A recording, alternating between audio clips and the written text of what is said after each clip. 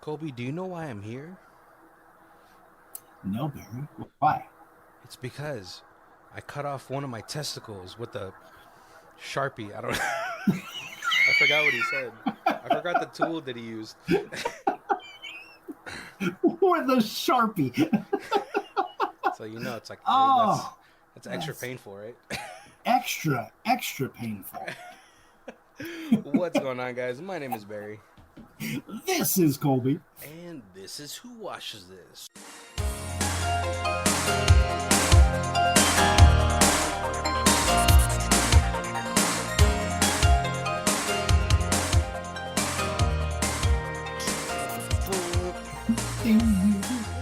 What's going on, guys?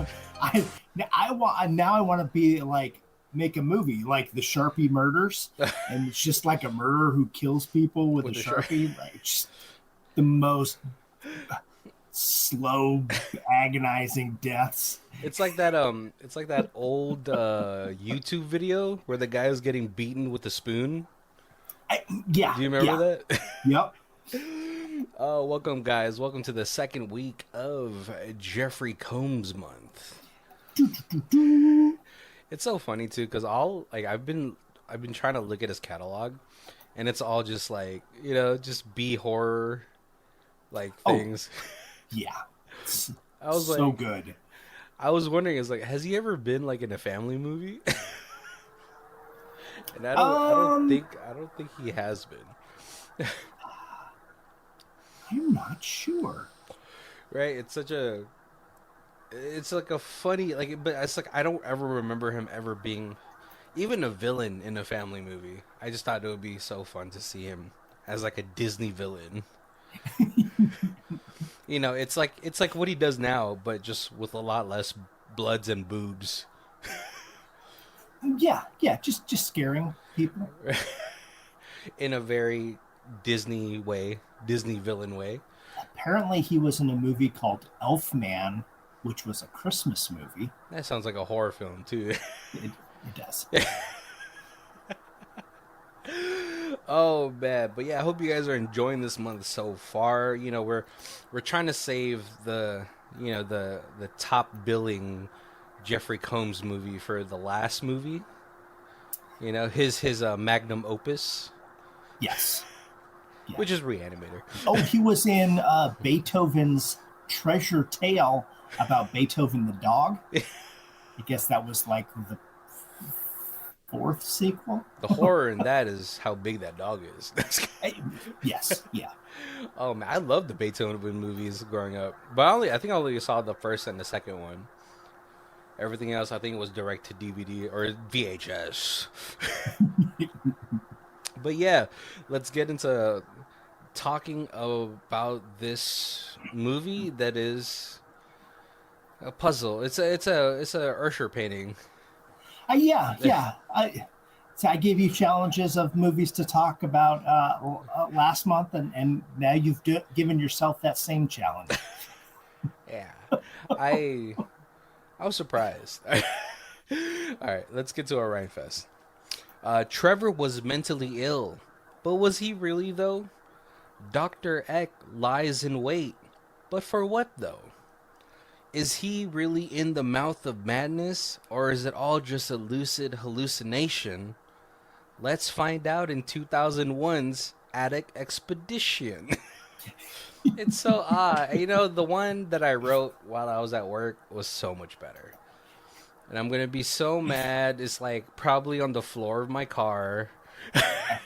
Right, I'm going to say you're going to get to work and it's going to be sitting next to the register. Right? And someone's going to be like, what was this supposed to be? Question marks? Oh, man. But no, we're going to be talking about the 2001 movie, Attic Expedition, starring Jeffrey Combs, sort Yep. of. And a very young Seth Green. But I don't. Yeah, it's certainly not his first movie, but It's it's up there with yeah, it's like an art house film for him. You know what I mean? But yeah. but really, our real main character of this movie is Andrus Jones, who is he's been in Nightmare of Elm Street, the 2010 version. God, you know, he looks so much more recognizable. Like now that I look at him, a little bit older than he was when he was younger. Mm-hmm. Yeah, but he was like, yeah, he was in The Prom, which I know you've seen. Yep. Gosh, never. Yeah, yeah. It was just like in a bunch of like random things. So, I mean, our two biggest stars are Jeffrey Combs, Seth Green, and Ted Raimi. It's right. Oh, and Alice Cooper, who makes a very small Right. cameo. Yeah. It's like they give it. They're like the biggest name in rock at that time. Let's throw him in here for Yeah, to be a little 30 crazy. seconds so that we can put him on the poster. I know it's so funny too because like Andrews Jones is like really the main character. He plays Trevor in this movie. But when you look at any movie poster of this, it's Seth Green and Jeffrey Combs. Right, right. Even though well, Andrus Jones does also have a singing career, Oh, does and he? he's released several CDs along with songs that have appeared in 10 motion pictures. Oh, snap. So maybe he's just really found his pocket in music. Yeah. All right, as Colby said, this movie is a headache for me to really recap A it. challenge. Yeah. To recap, so it's just gonna make a lot more sense for me to do this in the way that it makes sense for me, which is gonna be, I don't know, up coming out of my butt. I guess like it's gonna be more easier for me to do it chronologically where it makes sense in my head. Because it is. I was trying to figure out is the movie chronological or is it like jump space time jumpy? But I think it actually is Chronological. chronological in the movie. It's just so hard because like sometimes it's like okay, like it's just like he's in portions of the movie, in the middle of the movie, he's like back at the beginning of the movie. And I was like, "What?" Ish. Yeah. Yeah. And so I don't know if like okay, let's just talk about this movie first, right? This movie starts off super like kind of like a weird dream sequence, Yeah. and then it kind of like it does like that little wormhole thing that the early 2000s late 90s love to do for the credits. And then it wakes up, Trevor is against a like large tree, and his girlfriend comes over, Faith, and she's like, "Oh, what you dreaming about?" And he's like, "Nothing." He's like, "Well, was I in it?" "Of course you were, baby." And then all of a sudden it like Jennifer Lopez the cell goes into a portion where like gosh, like he's like he's strapped up into like this pentagram on the dirt floor, Yes. but then it kind of like cuts in between like you know him in a psychiatric ward, right? Yeah. But we get clarification on that because we go back to him being pent up somewhere, and Faith, who is his girlfriend, is like in this cloak, and she's reading out of this book, and she's like, "You're gonna have to die." And then she gets like butt naked. I was like, "Oh my gosh." I know, right? It's like right off the bat. Yeah, Like boobage. yeah. But he goes, tries to stab her, and then like they kind of tussle for a little bit, and then all of a sudden he gets up, goes to a phone. The decor has changed. You know, there's blood on the phone, and he's like 911. I need to report a murder. Right. And then she is now stabbed, and he like lights a cigarette, and then boom, all of a sudden he's in a psychiatric ward. Right. Right. And like these two nurses are like, "Oh, he'll never wake up," and he's like, "Oh." And like before that, there was like a portion where it looks like he was having some sort of surgery done while he was like in this fugue state. Yes. Where he's like don't work on my brain. You didn't ask my permission. Yeah. Like, Like that's what psychiatric wards do. They ask for permission. yeah, yep. But no. Meanwhile, what's it called Ted Raimi's character, Doctor Coffee. he brings like some patient there who's played by Alice Cooper, and they're at the what's it called, the front desk, and she's like, I got two escapees, and he's like, Ted Raimi's like, no, I'm a doctor. Sure, we have so many doctors living here. And he's like, no, I'm really a doctor. Right. Well, and then Alice Cooper's like, I'm a doctor too. Yeah. Right. God, I think I remember there's an episode of Brooklyn Nine-Nine where that's how they escaped, like the hospital. She's like, because like one of them was a bad guy, and it's the State Farm guy, and he's like, okay. I'm an FBI agent, and then the other girl who's played by I forgot her name, but she's like, and I'm Beyonce. But no, yeah, and so like, but the nurse comes out and she's like, oh, we went to John Hopkins together, and I was like, you should be more than a nurse if you went to like the top medical school in the world. Yeah. Not to shit on nurses, because Filipino, and that's our major export. Right. Hey, but 25 years ago, you had to go to the top schools just to become a nurse. No, you didn't.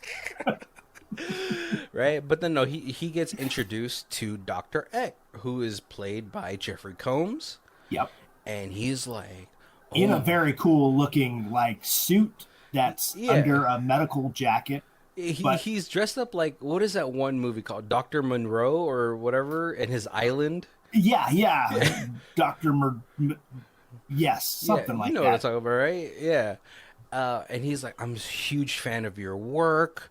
I've read everything that you've done, and I'm so excited to be able to work with you. And he's like, oh, well, please keep praising my genius more. Right? But he's like, yeah, I have a patient, Trevor. He had murdered his fiance, and right now we're in the middle of rehabilitating him, right? Right. And so he's Dr. Eck is talking to Trevor, and he's like, well, Trevor seems to have recollected some of his memories. Right. Not but all of them. Minimal. Yeah. Because they're like, do you know where you're at? And he's like, I don't. And he's like, I remember it was like 2000. And he's like, well, now it's 2004. You've been in a coma for 4 years. Oh my God. I've lost so much time. He's time traveled. Right, yeah. But no, yeah, it's like he remembers all the basic stuff. He remembers he has to go use the toilet if he has to poop. Like, he knows how to read and write, but it's like the finer details is eluding him, right? So Dr. Eck is like, we're gonna send you to this like halfway house. I don't think it's called the halfway house. I think that's for like people that just came out of like prison, right? But basically the same thing. Yeah. A group home. Yeah, a group home, right? For people who are also sort of recovering. Yeah. Or trying to sort out their mental illnesses. And so he gets dropped off to the House of Love, which it sounds like a hippie home. Like it totally does. Right? Like, I thought it would be like the House of Healing or something like that, yeah. But no, he gets introduced to, gosh, I forgot her doctor name, but she's like, just call me Abby. And then we get introduced to like this huge cast, not a huge cast of characters, but the characters of this home. We get introduced to Amy, who kind of looks like Lady Gaga. A little bit, yeah. Yeah, and she's like drawing and.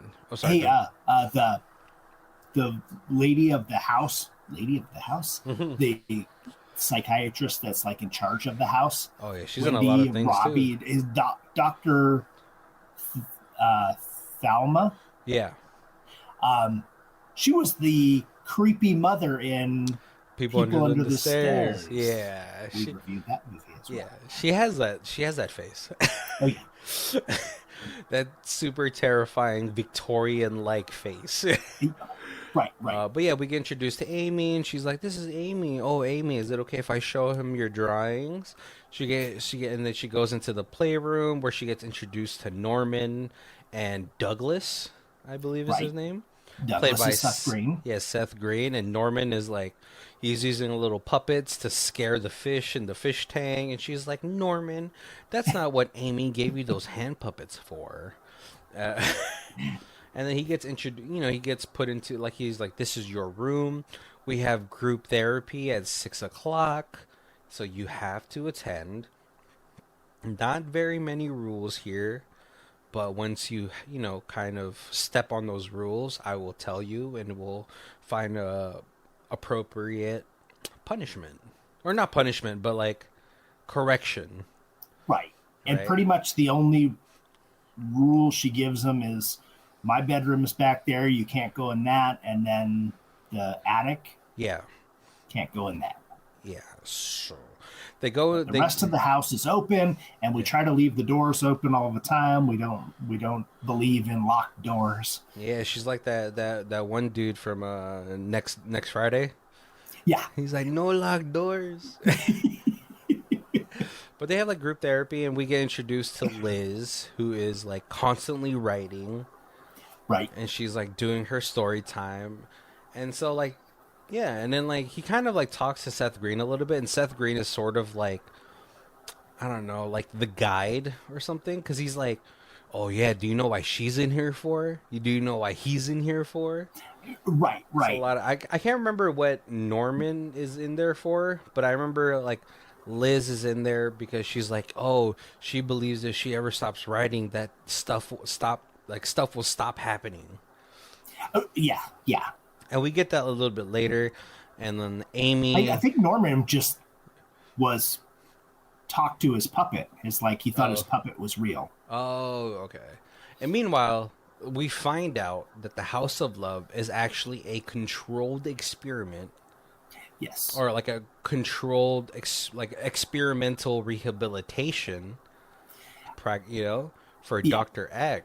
And Dr. Coffee is like, "Oh, this is extensive. This is a lot. A lot has gone into this." He's like, "Yes, well, we're trying to. The human mind is always unexplored." And Right. He's like, I'm trying to look for a cure for every mental illness. yeah, which I was like, this is not a catch-all. You yeah, I don't think this is gonna cure Alzheimer's. Oh man, but yeah, no, and so like, okay, so we're kind of like thrown into the loop that this is like, oh, this isn't real. Like all these people are just paid actors.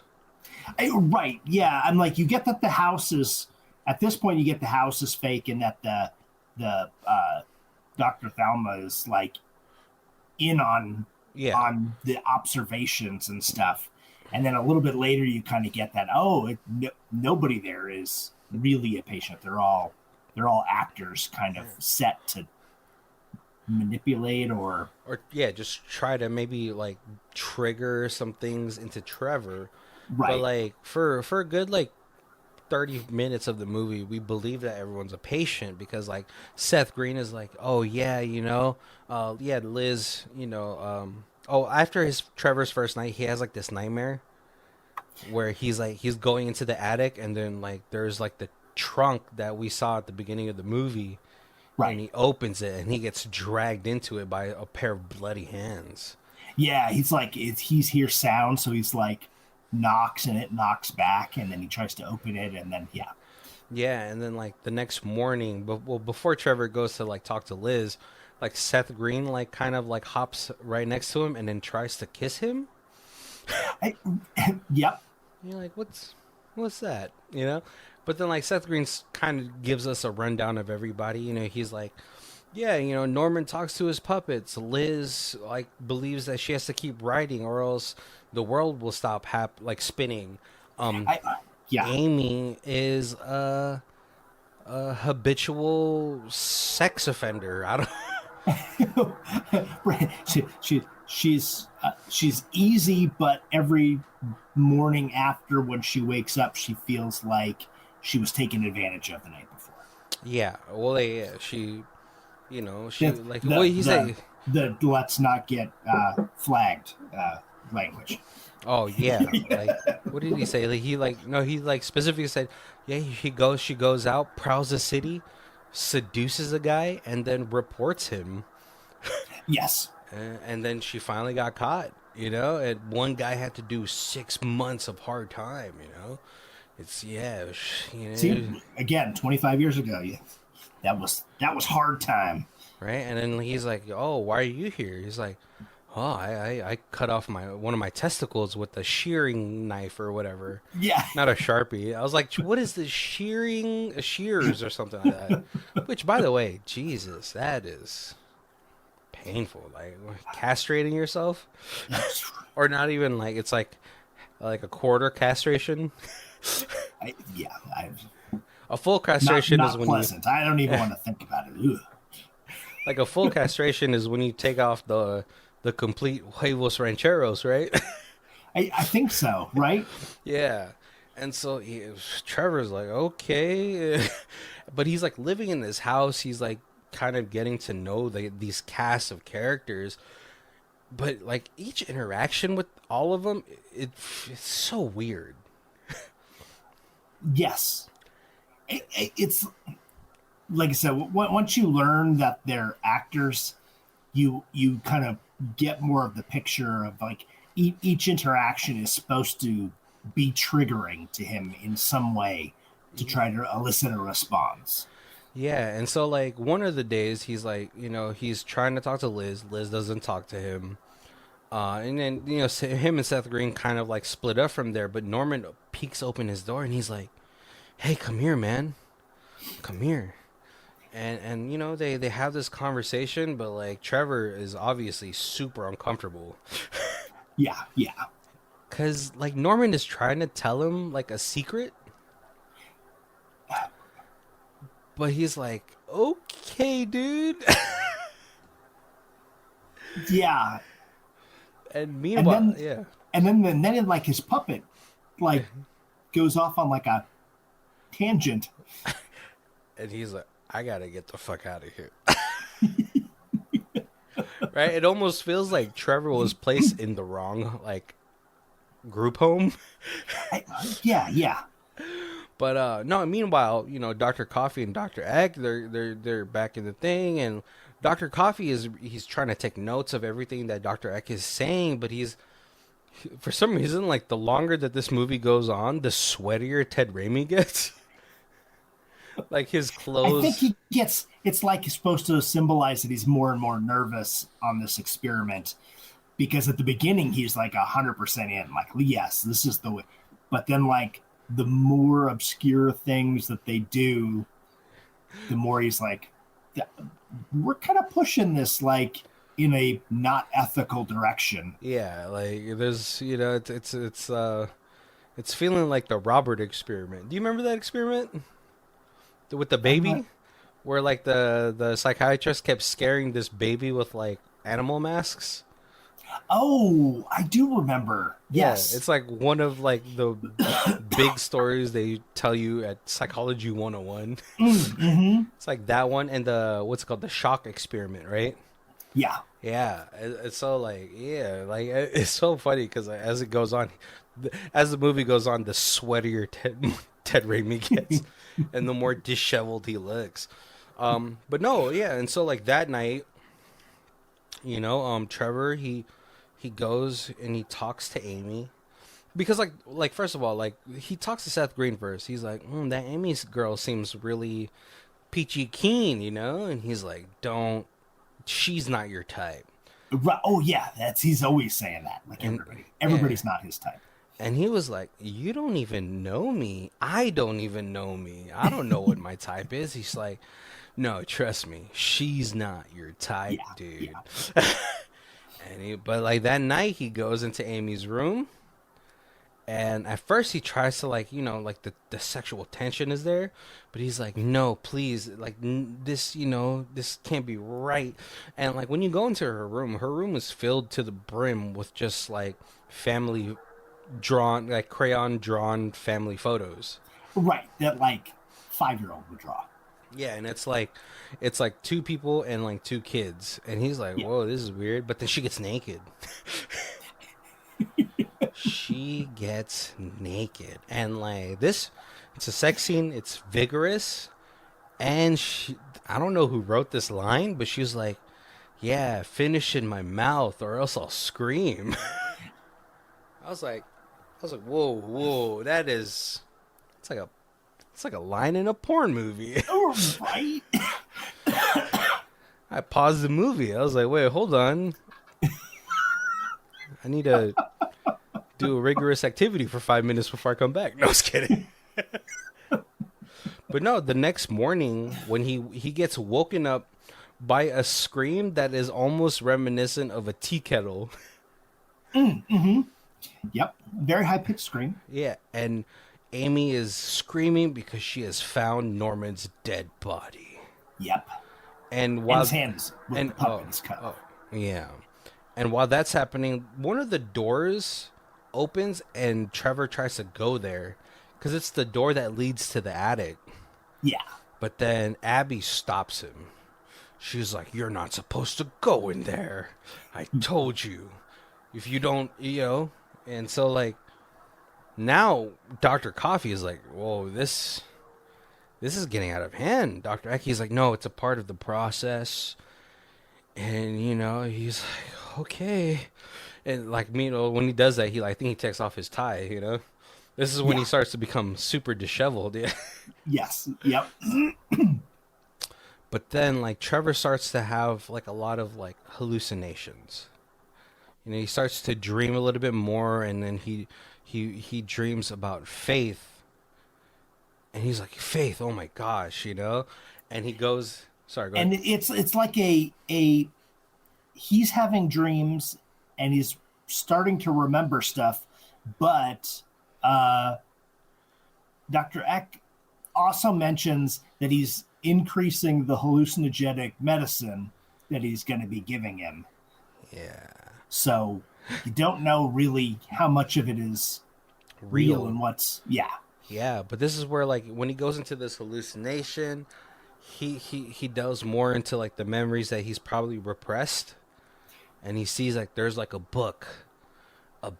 He's like, "What was in that book?" You know, and then he talks to Seth Green about this, and he's like, "Oh yeah, Abby used to carry around this like book that looks too old to be carried around, Yeah. and like she was reading it until you came, or like I think something happened and somebody had freaked out." And then so she stopped reading it, but then that's when Liz started reading, doing like the little readings at group therapy sessions, and I believe that she's still reading the book, but now it's like covered in this veil of like, this is Liz stories. This isn't the red bound book that you're used to seeing. Right. And then he starts to think, Trevor starts to think that the stuff is his. It's like, oh no, she's reading my writing. Yeah, you know, and he's like, "No, that's a book that only I could read. Yeah. This is my book," you know. And so he starts to fall like into like this like full blown psychosis, which that's what we think. We never, like, God, we really don't ever get any clarification in this movie Right. what Right. really happened, you know. But no, yeah, and he starts having this more vivid dreams. He goes into like this, Faith brings him into like this dream world. It's almost like Freddy Krueger like. Right. Faith, his girlfriend, not Faith, like, I believe. Yeah. Yeah, not like the, you know, not like the Greek, you know, spinning the thread of the golden thread of fate. And she's like, "We don't have a lot of time, Trevor. You know, we these are the things that you have to do." And then we get the scene from the beginning of the movie where instead of Trevor like saying, "Oh, I just had the strangest dream," it's now Faith who's playing that role, Right. and Trevor's the She's one. she's talking about the strange dream. Yeah, and so like we kind of get this like vague understanding that like they tried to perform like this dark ritual from this leather-bound Necronomicon-like book. Right. That was supposed to connect their consciousness together. Yeah, but one of them had to die. Yes. Which I was like, I don't want to. No. As much as I love anybody, no. It's like, So, it reminded... I love you so much, I want to kill you so you can live inside me. Yeah, that sounds like something that Cannibal would say. He was like, I will eat your body, and we'll be together forever. There was one of the serial killers, was it Bundy or Dahmer? One of them who ate the people was like, I felt like like in an interview was like, I felt like eating them was the only way to get closer to them. Yeah, I remember. I remember that quote. I just don't remember which killer said that. Yeah. But it also kind of reminded me, like, of what they're saying of that one Black Mirror episode where, like, they were installing people's consciousness in, like, other people's bodies. Yes. Yeah. Yeah, no, I'm not doing that either. I'm turning that bitch off. Bloop. Sorry. But no, yeah, and so, like, and then they have, like, this they have this rigorous sex scene again. Right. Like, it almost feels like Dolomite, like a Dolomite type of sex scene, because, like, the table is spinning and, like, the lights are flashing in and out. But as soon as they get done, she's like, you broke your promise to me, Trevor. And he's like, what are you talking about? He's like, you said we would be together forever, but you were supposed to die. I wasn't supposed to die. Right. And she's like, oh, you don't want to die now? That's fine. I'll possess somebody in the house, and I'll kill you in the flesh. Maybe we'll even do it. I was like, well, can we... Like, in my head, I was like, well, can we do that order? Like, can we do it first and then kill it? But now Trevor is, like, out of his... Like, he's like, oh, my gosh. Meanwhile, Dr. Coffee is like, nope. This is super unethical. Like, I don't... Yeah. I'm going to report you to the board of psychologists, and we will get you revoked and all that stuff. Meanwhile, while he's saying this, like, Dr. Eck is, like, listening to him, but he's, like, taking a syringe out. He's like drawing something from a vial. There's a couple times where Dr. Eck like injects himself with stuff during these, like while they're watching this. So I think like Dr. Coffee's like, you're just going to be taking more drugs. And then all of a sudden it's like, nope, I'm going to stick this in your neck. Yeah. Nah. Because like, see, like, listen, the moment I start threatening somebody and I see them do that, I know that thing is trying to go into me. Yeah, right. Full sprinting out of there. But Dr. Eck is like, you'll never be sane again, bro. You know what's going to happen after I inject you with this? I'm going to declare you clinically insane, and you'll be in a little padded room bouncing off the walls until you actually go crazy. Right. And he says it's like totally classic Jeffrey Combs, like little monologue. Yeah. He's like that very, I am gonna, and you're gonna be clinically insane. Like his like very classic, like every movie he's in, he's got that one monologue. Yeah. Yeah, so he pretty much like holds it to his neck. He's like, we're gonna watch this play out, bro. And so yeah, like Trevor wakes up from this dream, and then he like runs into Seth Green, and Seth Green is like, oh my god, like, you know, he's trying to help Trevor. He's like, oh no, sorry, before that, no, Trevor wakes up and he's like, this is all a fucking ruse. I know you guys are fucking actors, you know. You guys are all fucking liars, all right? Now, the one truth, the only truth I need from you guys is, where is my book? Because it doesn't matter. And, like, meanwhile, while he's doing this monologue, I believe we have, like, a little flash of, like, him getting his brain worked on. Yes. In the most unsanitary looking way possible. he like wakes up mid brain surgery and he's like flailing around while the brain is exposed, and they don't have like those blue sheets that you always see like in those medical shows. Right, it's on like a glass table that you could see through. Yeah, I was like, nah, he's infected. He probably died of sepsis, and he's Yeah, like just having like the last final moments of his life right now. No, yeah, but yeah, and so he's like, yeah, you guys are all fucking liars, all right? Amy, if that's even your real fucking name, you slut.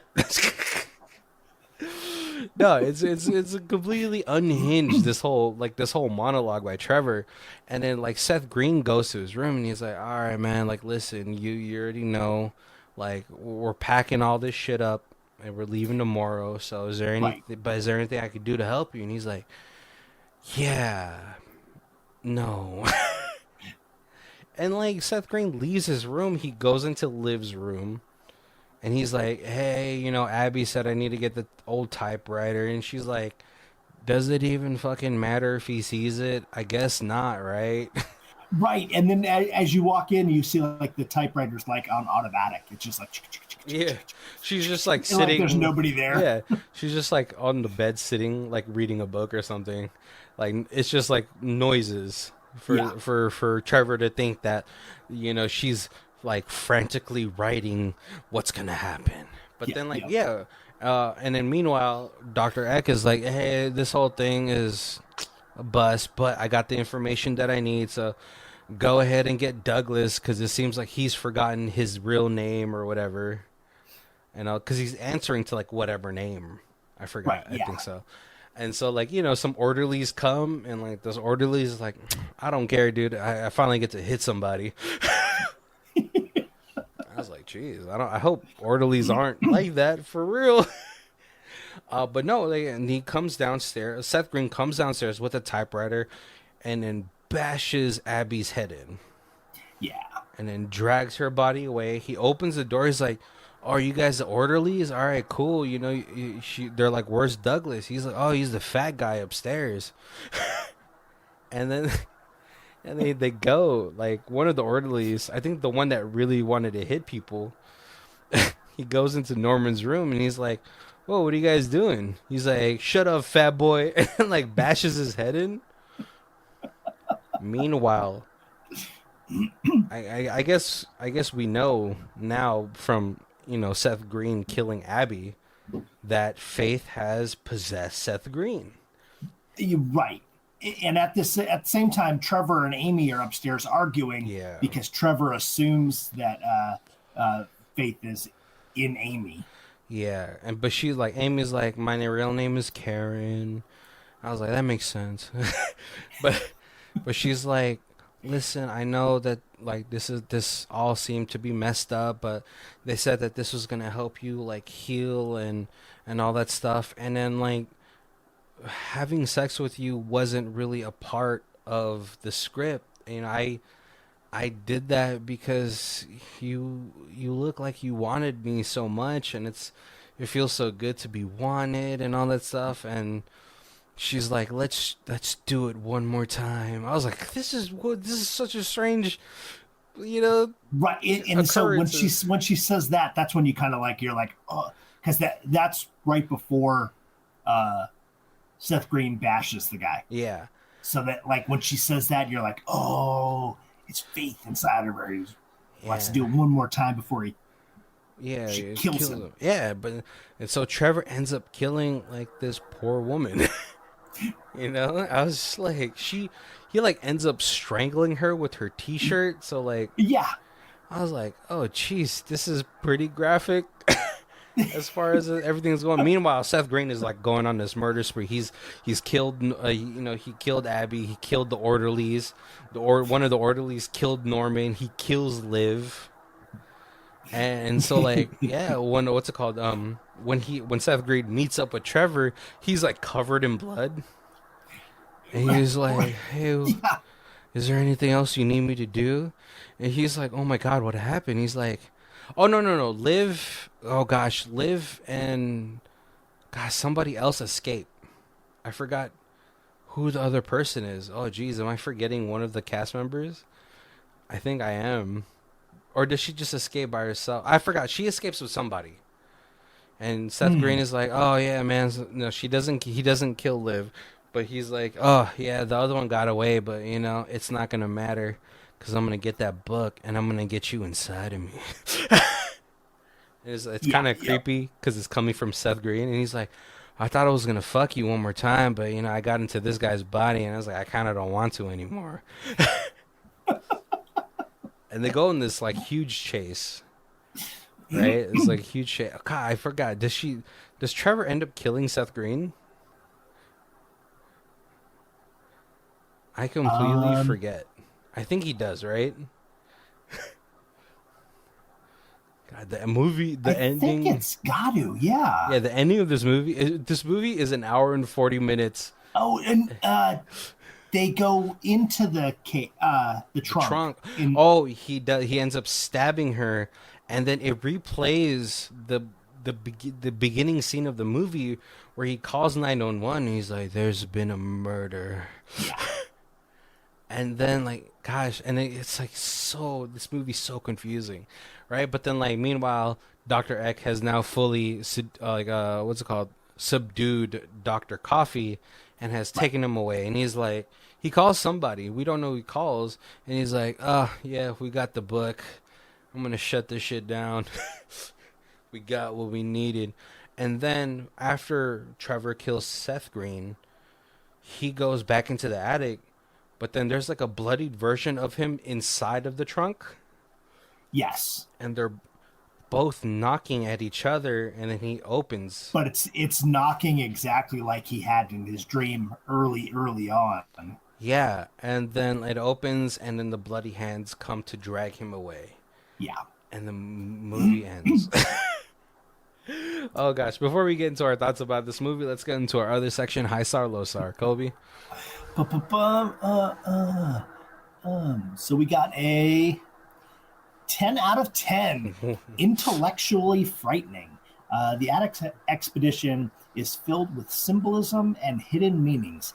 Each backdrop, costume, and film angle enhances the storyline of this rich film. It has a taste of everything from slasher gore to drama's character conflict, all wrapped up in a web of instability and confusion that would make Hitchcock proud.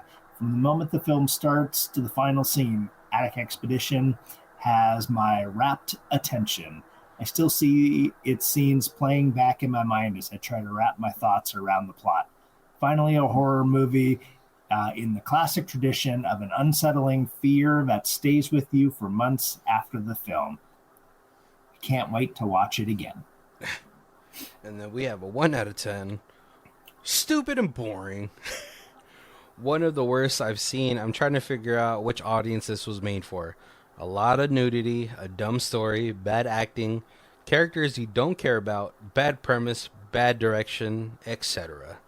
I'm beginning to think that they're trying to target people with low IQs because they basically show you the beginning of the movie all over again at the end, showing you what you didn't figure out. Stay away. It's trash. Oh gosh, like Kobe, I want to hear your thoughts, and if you have any historical facts about this movie. It is the director's first directorial debut. Yeah. So I thought that was kind of cool.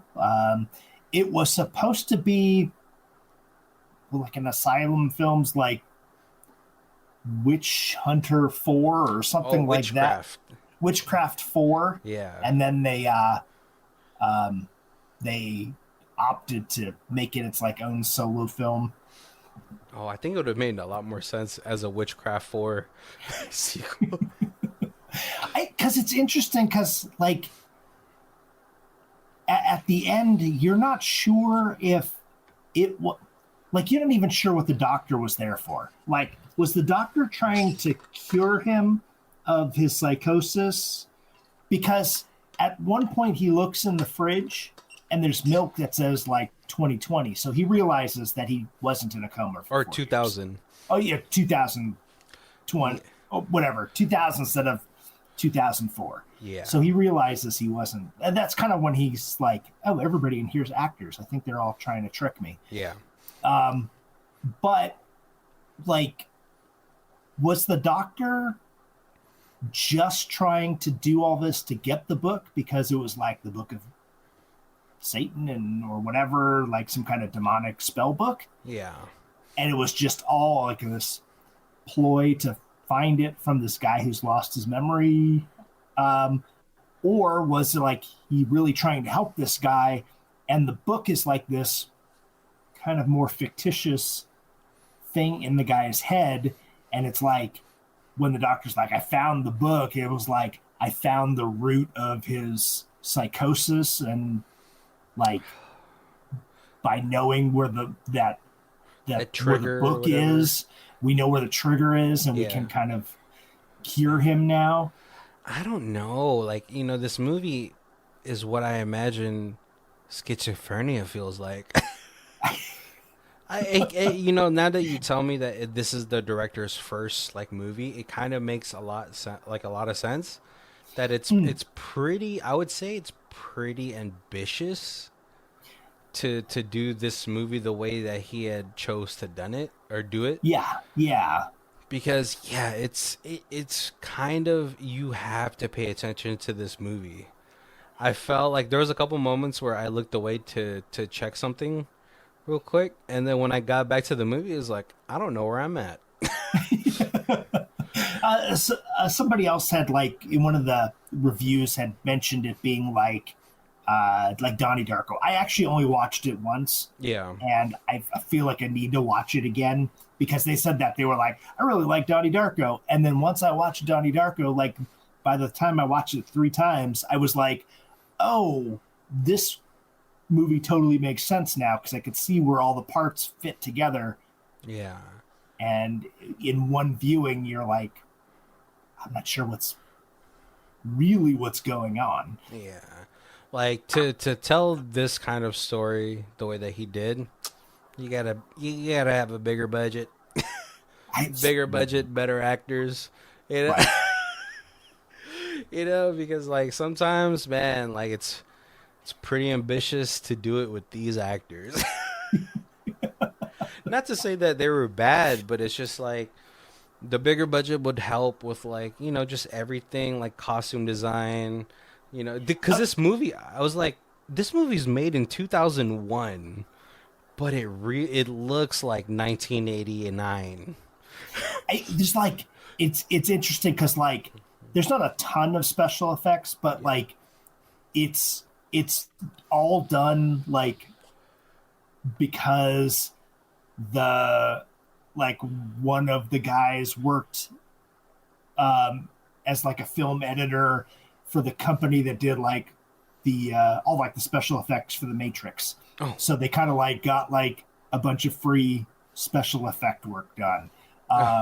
Like the hospital was actually like an abandoned hospital that they just filmed in. Yeah, like they kind of reset up and filmed in. So it was like, free. The house, they said like most of the actors and stuff just like stayed in the house. It was like 20 days of filming, and the people just like slept there and stayed there. Like it was like their apartment or whatever. I was like, so like there's all this stuff that like to save money, like in my head, I was like, Seth Green and Jeffrey Combs make too much money to do. But maybe they didn't back then. I know, maybe. Because I was like, is Seth Green, was he in Buffy already? I was like, I don't know, maybe. Right, it would have been about that time, yeah. Pretty young. I mean, he had already done like Idle Hands. That movie came out, 98? He wasn't a big star. Okay, but right. he was like recognizable. Yeah, like the stuff where he played like high school students. Yeah. Probably was before this. Yeah, Seth Green is such a perfect like he's such a perfect like bully. As like he's like that small bully that like instead of punches his words cut. But yeah, no, like I don't know if I'll rewatch this because I was just kind of like The movie, God, I wish maybe they cut 10 minutes out of it. That's the only thing. I was like, I think this movie would have been pretty okay at 130. 140, I think 140 I was like, this movie's dragging for me. But like, I think yeah, it does warrant, like, even though it's kind of like, yeah, like I said, I was like, this movie's in 2001, right? But this movie feels like a 1988, 1989 type It, of B it does. movie. It does feel like a '90s movie. Yeah, Yeah. like, but like, it's like, but because it, what is it, like, befuddles me so much, I probably will end up rewatching this at some point. Maybe in the next, like, while we're still doing the Jeffrey Combs stuff, just to be like, all right, let's sit down, put my phone on silent, and really hard focus on this movie. Because I think there's a lot of good bones in this movie. I think the premise is pretty interesting. It's like, Yeah. the whole like the beginning and the end of the movie are kind of the same but a little bit different. Like I try to look up like, oh yeah, attic expeditions explained. I couldn't really find too many.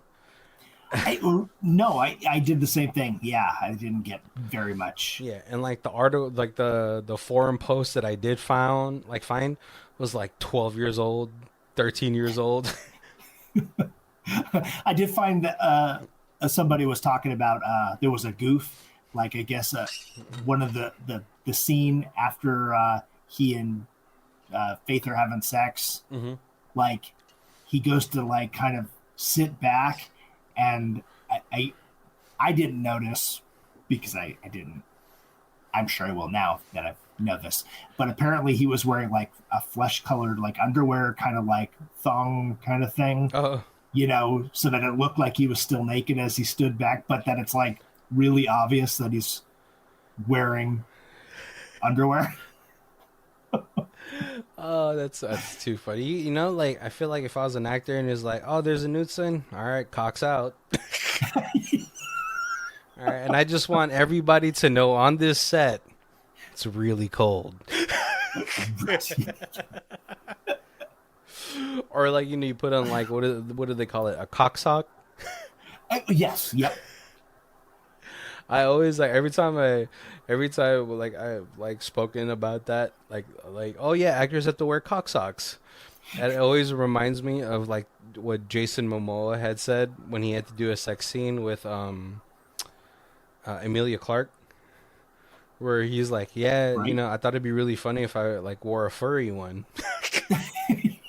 And Emilia Clarke, like she tells that story, and then she's like, it was so funny, it was like not a little bit, it was like a hamster.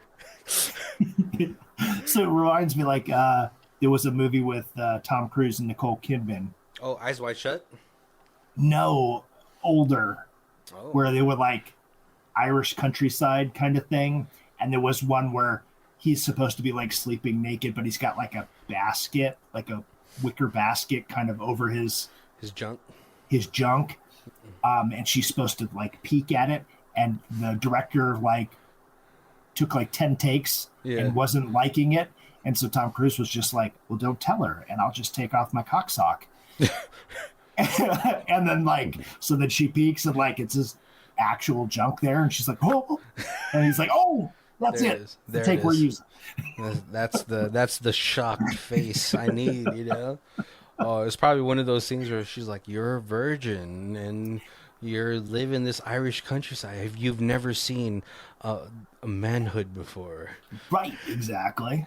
I Yep. know, or like, or Chris Pine, or not Chris Pine. Gosh, no, God, what's his name from Jurassic Park? Pratt. Freaking yeah, Chris Pratt, where he was like in what's it called, Parks and Rec, and he Right. like he had to show up at Rashida Jones' house naked, and he was supposed to wear like a flesh colored like pants or like shorts, but he just really had his penis out. So like the reaction you got from Amy Poehler and Rashida Jones was like 100% real, and then he got a fine from NBC. He's like, that no one wanted to see that, Christopher. Oh man, yeah, no, I as much like I think negative things, not negative things, but sort of like nitpicky things I have to have for this movie. I think this movie does really warrant, a rewatch,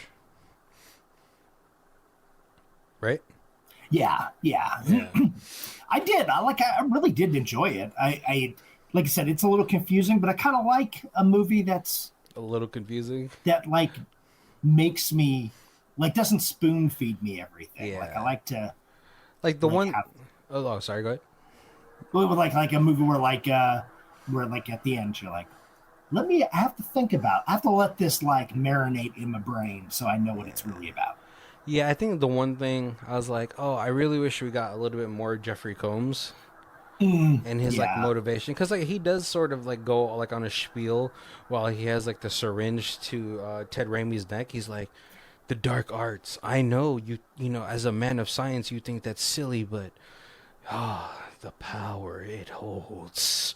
Right, right. We used to think science was magic till we figured out how it worked. Yeah. And you know, as a scientist, I have to figure this out. Yeah. But it's just it's so comical because he's wearing like this Dr. Monroe like outfit. Like he you know, like I would like the whole movie I was waiting for like a little person to pop out in the same outfit. He's like, "It's time to go, boss." Have like a little pet monkey that's wearing the same suit. Oh Yeah. yeah, something, you know, like a little henchman that he's supposed to have. Oh man. All right. Well, we're coming into our hour, so first of all, I want to thank you guys for joining us. Make sure to check all of our other months. We have a decent amount of actor-related months with Nick Cage, Robin Pattinson, Danny Trejo, Rosario Jean-Claude. Dawson, Jean-Claude Van Damme. So there's a lot there out for you. But if this is the first time you guys are joining us, we do our reviews in 4 different sections. We have Stream It, DVD, Blu-ray, and the Ultimate Box Collection. Colby, where you at for this one? I really do want to watch this again, so I would go with DVD. There is Somebody a did Blu-ray. somebody did a Blu-ray review, and they were like, there's like no extras. Oh, Yeah, so gotcha. that was the only thing like deterring me from that. Yeah. Um, but yeah, Oh gosh. You know, as much as you know, really good amount of boobage in here. You know, what the one of the check marks I have for horror films. I'm really mad that we shied away from nudity in horror films. It's just when did we as a society come to agree like, why do we have to keep showing tits in horror films? Because you know what, like one of the biggest fears that like people have is like one, getting murdered on the toilet, getting murdered while you're naked. Yeah, you know, right? that's like a good fear. It's like I don't want to get Yeah, murdered while I'm naked. And the worst thing is I sleep naked. you definitely get murdered. Yeah, so my biggest fear is like a home intruder is like, oh my god, this guy's naked. uh, I love it's not horror, but I love that there's that series of John Goodman is like the preacher. oh gosh, It's like a comedy, yeah. but every single episode in that shows dong. Like it's like the opposite. Like there's very very little woman nudity, Wait, hold but on. every John single Goodman, episode. right? Not it's not his dong. Oh, okay. I was like, But yeah, every episode there's dong somewhere. yeah. I was like, Jesus, I don't want to. I don't know if I want to see that dude's hog. I think it's gonna be meaty. No, but I think, God, I think I'm just gonna go stream it. You know, as much as like I like Seth Green as an actor. I think he's like the little ginger version of Jim Carrey. Yeah, I do. I feel like he's very underrated. Yeah, very underrated, but he's so good at like you know every role that I've ever seen him in. He's always super animated. He's hamming it up in the right places. It's like almost like Yes. very oh gosh, what's his name? The dude who played Stu in Matthew Lillard. And I think there's a movie with the both of them in it, and they play off each other very well, you know. But yeah, I don't know if I if this had a little bit more Jeffrey Combs in it, I would probably go DVD. because Jeffrey Combs, super, like he's like an icon, horror Definitely. icon. But yeah, just I don't think there's enough for him. And then Trevor's performance was okay, but I just like I wanted to see him be more in distress, like because like I'm figuring if I was stuck in that situation and like people are like all over like this group home that's supposed to help me and they're all just like gaslighting me. Right, right. Yeah. And I think I would probably chalk that up not really for the actor but more probably with the director. It's his first production. It's pretty ambitious as far as I'm concerned. And yeah, but I think it's a fine movie if you like psychological. It feels more like a psychological thriller with a little bit Mm, of like supernatural stuff in there. yeah, yeah, 100%. Yeah, Yeah. and that Jeremy Kason's the director. He's actually done quite a bit of stuff after this, and it is all kind of weird, bizarre, psychological Oh, like thriller oh, that's stuff. awesome. And you know the one glaring not glaring issue, but the one thing I kept noticing was like the actress for Faith, right? Like you know when you see like I was like, oh those are well you know I was like oh those are fake boobs. And then when she's lying naked, I felt so bad for her because you could see the scarring on her boob. I was Mm. like, oh that sucks, you know. And like to, breast implants haven't gotten any better too. You know I've seen I don't want to say I've seen so many boobs, but I've seen a few. Oh man, not really particularly like it doesn't really pertain to this movie. I was just like, oh, there's her scars. That sucks. Oh man, but yeah, thank you guys for joining us. Make sure to check all of our links down below where we have all of our social medias. Yeah, and our like our Facebook, Twitter, Instagram. I say Twitter X, Twitter X, X, Threads, TikTok TikTok, while it's here. YouTube. Yeah, Yeah, yeah, we're on yeah, everything. easy for you guys to reach out. But thank you guys for joining us. My name is Barry. This is Colby. And this is Who Watches This. If you guys want to check out it as a theme music, it is Lee Rosevere. It's called Arcade Montage. It's on our Apple Music Podcast 3, and the Bandcamp is down below. Thank you.